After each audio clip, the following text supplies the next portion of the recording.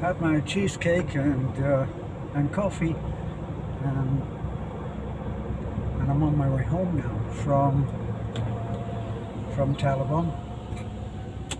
PP Coffee is the only place I know where you can get great, not just ordinary, but great cheesecake. Now, I may be focusing occasionally on driving, so don't be surprised if I have to deal with something like somebody sitting on a white line. Why don't I talk about the challenges that would face any foreigner coming to the Philippines? So I can tell you that quite possibly the greatest challenge that any foreigner coming to the Philippines will find. Let me just talk about Bohol. Bohol is what any Filipino will call the province. The province. Yes, there are different provinces, but they refer to the province. A province is a whole condition, not just a place. It's a whole different way of life. Give you an indication. When we were doing one of our feedings yesterday, in fact, and some of the local government officials wanted to come over and meet me because of what we've done in the past to try to improve the conditions on the road. Now, the conditions on the road are, for most foreigners, dire. They are extremely, and I'm not doing what the Filipinos called OA, which is overacting. Conditions on the road are very, very bad, because such is the what can we say? Such is the way of life here.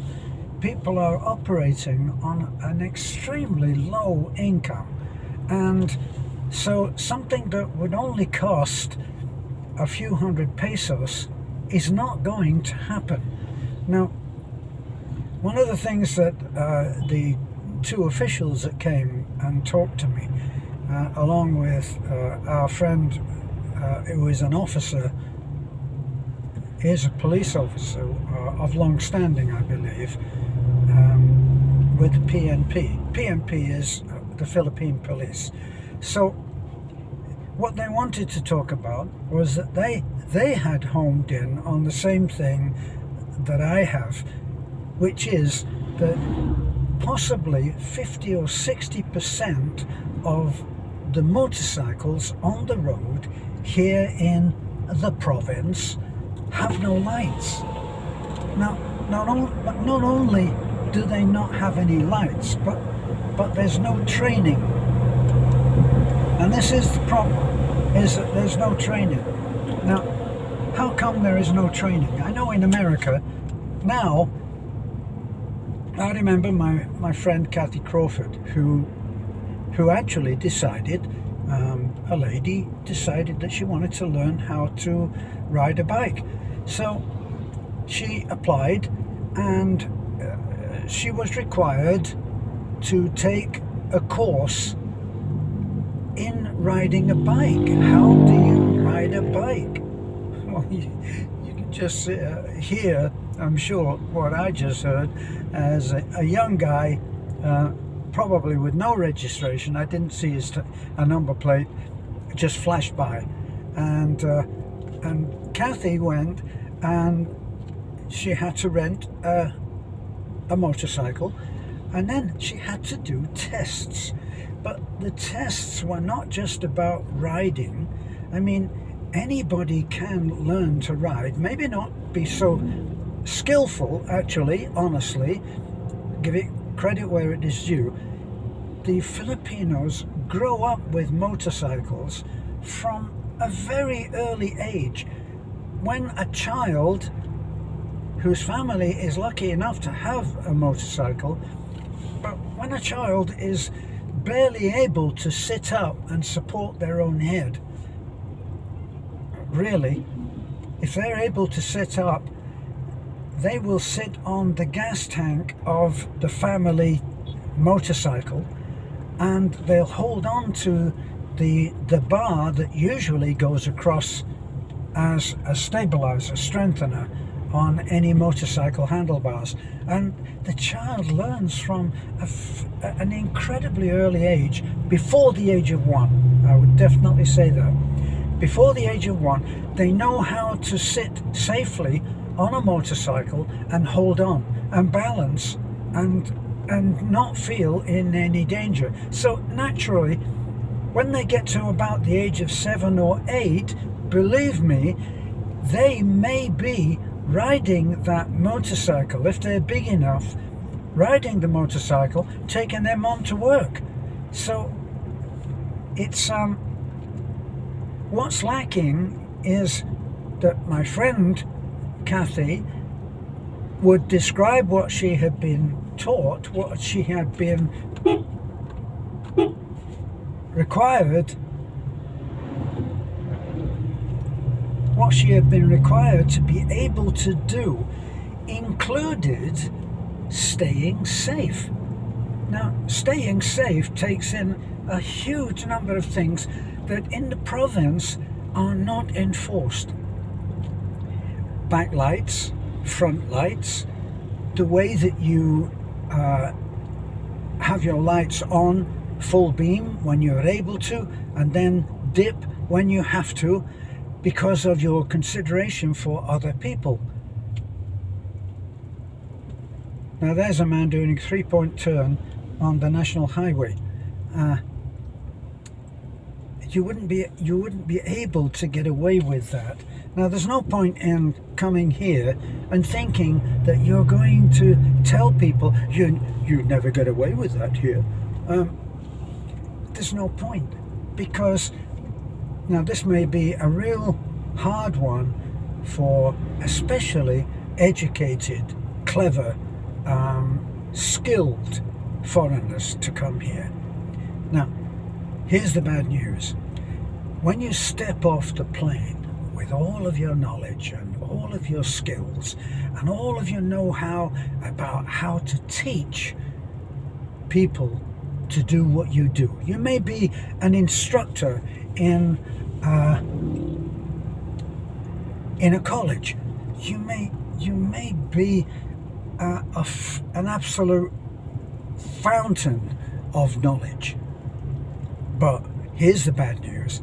The Philippines is not going to change when you put your foot on the ground here. The Philippines has its way of life. It has its way of life, and like it or not, it is keyed in exactly to fit the level of finances that are available here. And that's something that will not change in a hurry. Now, when I was talking with these two officials from the local government, they're explaining to me that they think it's a good idea to do what Beth and I did, and that was to give, we went out and we bought, I don't know, 100 or 150, maybe 200 kits of front light, back light, and indicators, or however you want to describe that. I call them indicators, to indicate left and right. So we bought those, and what we did was we set up at the side of the road, and we said, come in for no cost, we will fit free. In other words, you won't have to pay, not just for the labour, you won't have to pay anything. Come in and we'll put new lights on your motorcycle. If your lights are crap, if their lights are non-existent, come in and you will be fitted. And you'll drive away and you won't have to do a thing. And the hope is, the plan is that it will make it so that it's safer to drive on a road. Now, Now, let me touch for a moment longer on that meeting with those three people, four people, two or three officials from the local government who are without funding for doing this, what they think is a great idea. So the sun's gone in, later than I thought. So they want to do that, but they don't have the funding. But they want to partner with Beth and I, and we will provide the funding to get people to have a serviceable set of lights on there. Now, I mentioned this to Dexter, the officer, our friend from the PNP in Atafi, and I said, you know, the police, if they chose, could easily set up and just stop every motorcycle and catch every motorcycle and serve them with notice, get your lights fixed. And my point in doing this was not that that's what they should do, but that that's what they couldn't do, because so many people are limited to such an incredibly low level of finances in their home. So a man with a motorcycle, a beat-up motorcycle that he's just managing to keep on the road. This was not my example. This was Officer Dexter's example. How could we stop him and insist that he get everything done? So here, unlike all of the police forces that I have experience with in the UK, even in Australia and in the US, the police make a judgment call in the province. They live with those people who cannot afford to do what we are suggesting. So, while many of you will say the usual, this is the quote that I get hit with, boy, I wish I had $1 or even a pesos for the number of times that someone has quoted this from the Bible. Give a man a fish and you'll feed him for a day. Teach him to fish and you'll feed him for life. Yes, you certainly will. And I won't argue with that. But it doesn't mean that you've got to stop helping people who are so limited in their finances. Now, a lot of you have mentioned having seen the video that we did of the old lady, Lola. We met Lola, must be 2 or 3 years ago now, and Lola was 84 years old then. She's still 84 years old, because there is no birth certificate, and quite honestly I think that she's at least 95 years old, or possibly 100, but she's a very old lady. Now, she works when we met her, we had to wait at her house. We heard about her and that there was a very old lady and she was living alone at that time, we thought. It turned out she was living with her son, but her son is low-level income, and we went to see her. We had to wait until she came from her job, and her job was working in someone's yard for a day for, I believe, 80 pesos, not even $2. And this is a lady who at that time was 84, and at this time is still 84. Now, talk to me about teaching someone to fish so that you're going, I wanted to look at something on here, so that you're going to do all of the good needed. It's not going to happen. the police here are not going to stop every bike on the road. They know that bikes along the road are not going to have lights. They know it's dangerous. They drive on the road. A cop, unlike in the UK, I got to tell you, when I was driving in the UK, my heart would sink when I saw in my rearview mirror that there was a cop driving. It would sink, because something would be found wrong.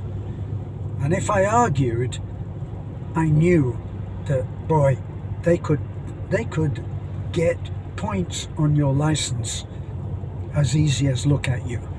So this is different, and it's not just different, it's a lot different.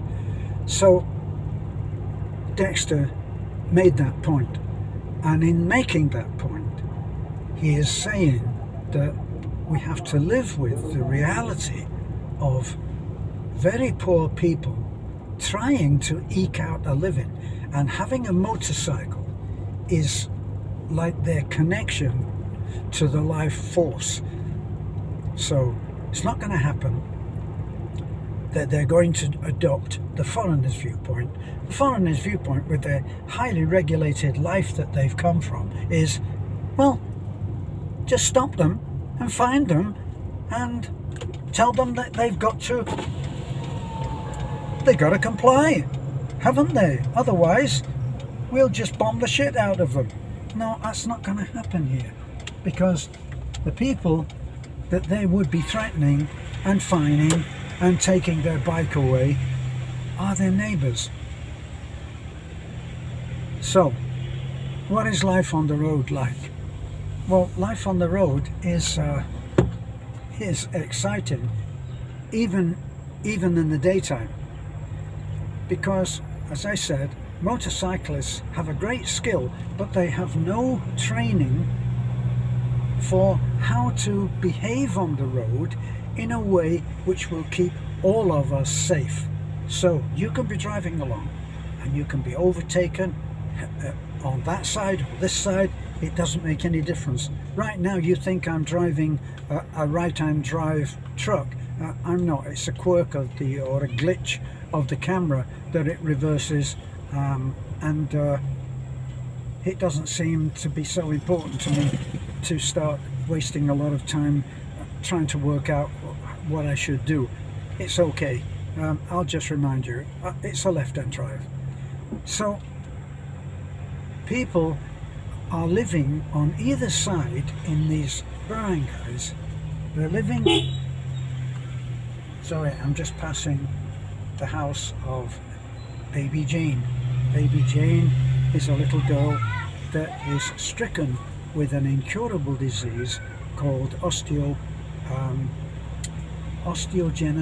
imperfecta, which for you and me means brittle bone disease, and it means that they only have to fall and it's a broken bone. And I know this from experience because I've held that little girl in my arms and taken her to hospital twice.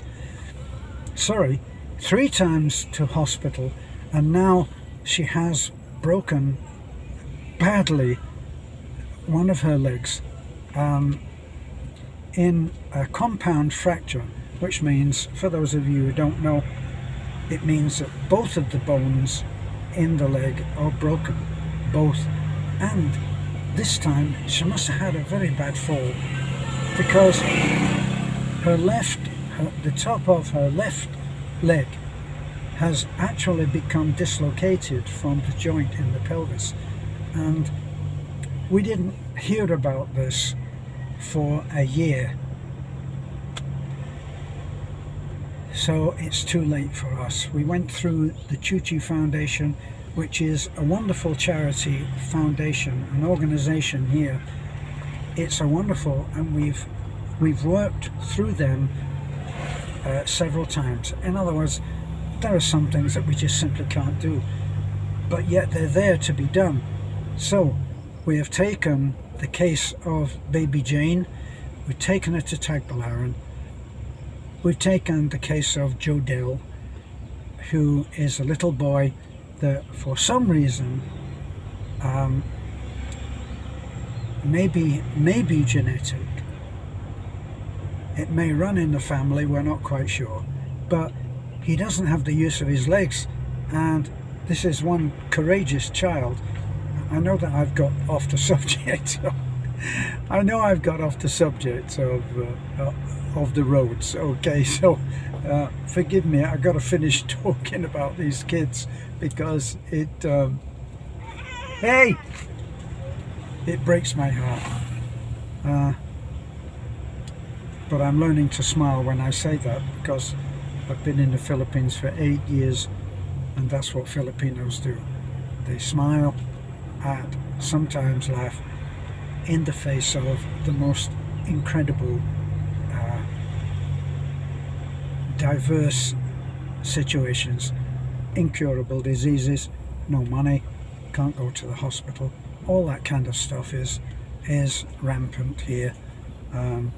Sorry, there'll be people who don't want me to say that, and didn't want me at one point to go into an overwhelmed public hospital and film, which we did. Now,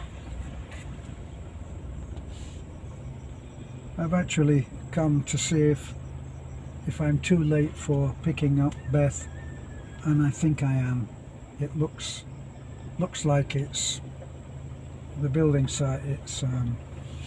It's already done, but I'll finish what I was talking about. And so, in the case of baby Jane, they gave up. They know they have to live with it, and Jane's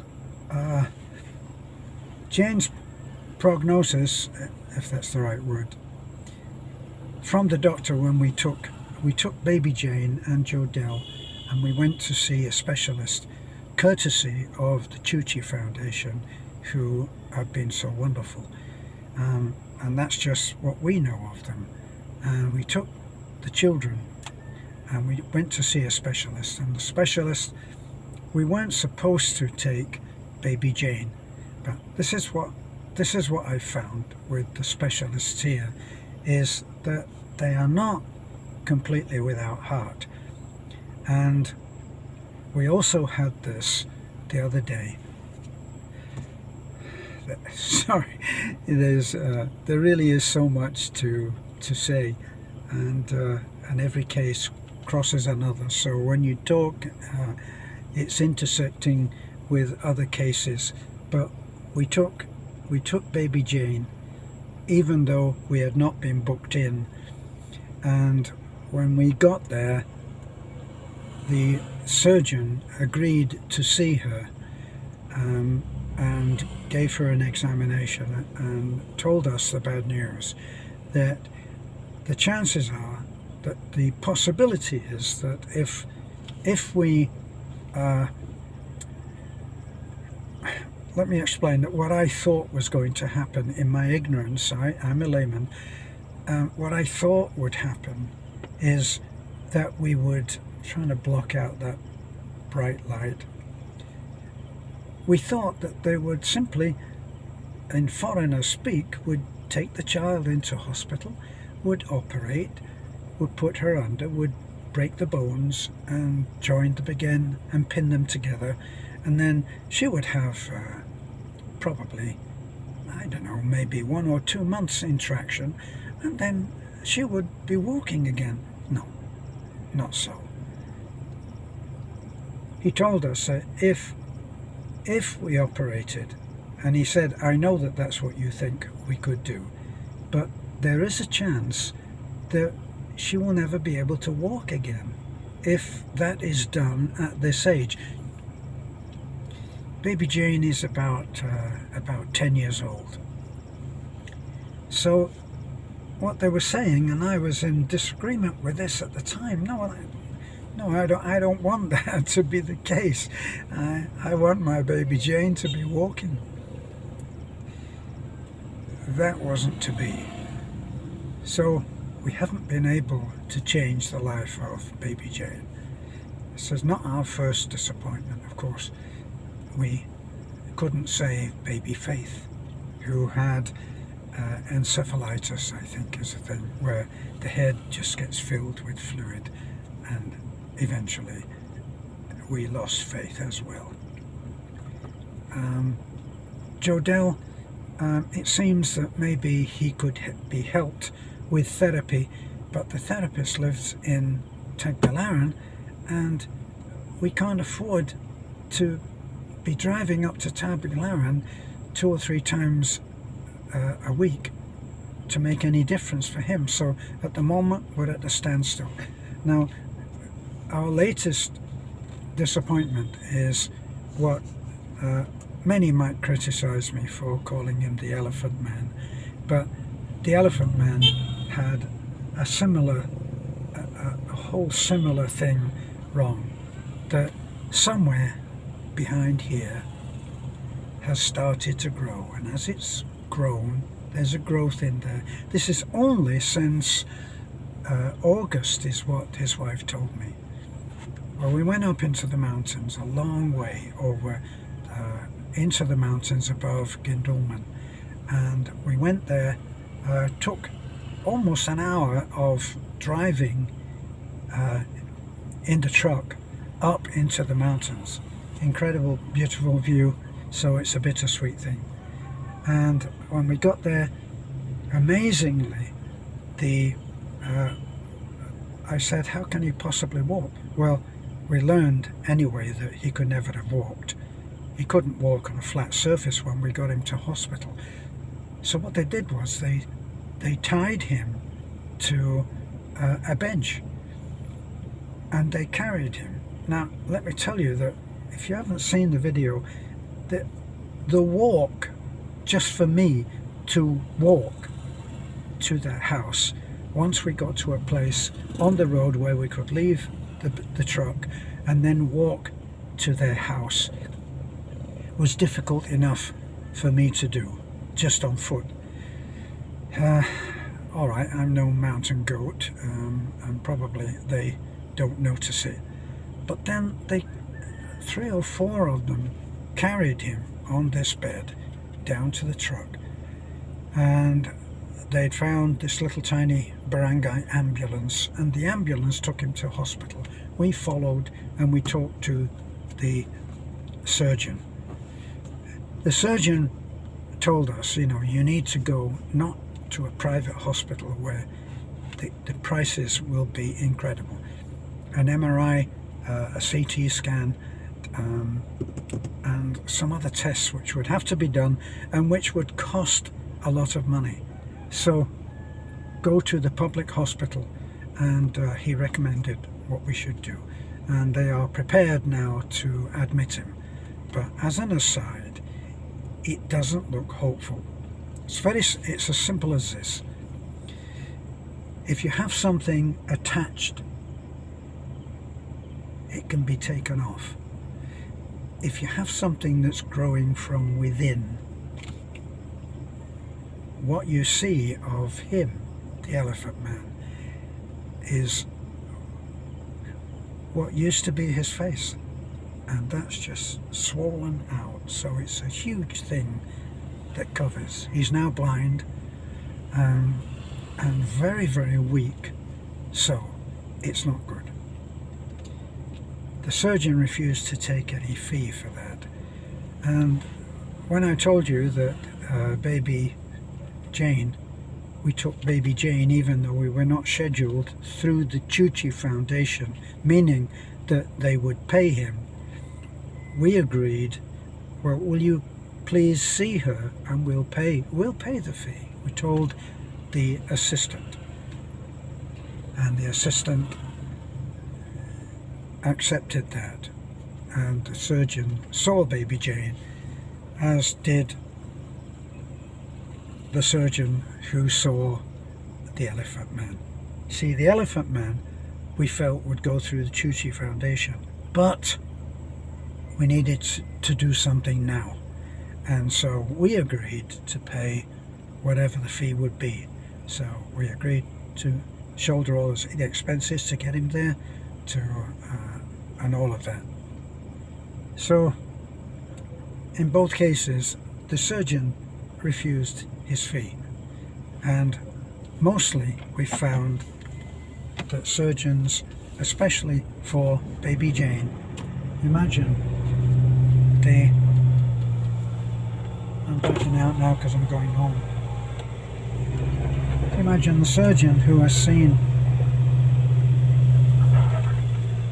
the same kid with compound fracture and put it back together again 3 times. He's not looking at it as a cash cow, believe me. He's looking at it in a very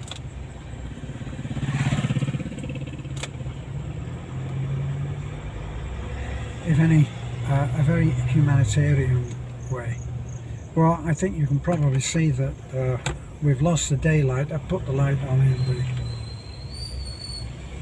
the interior light on so you can see. But anyway, we're back to doing what I always said that I wouldn't do, and that's after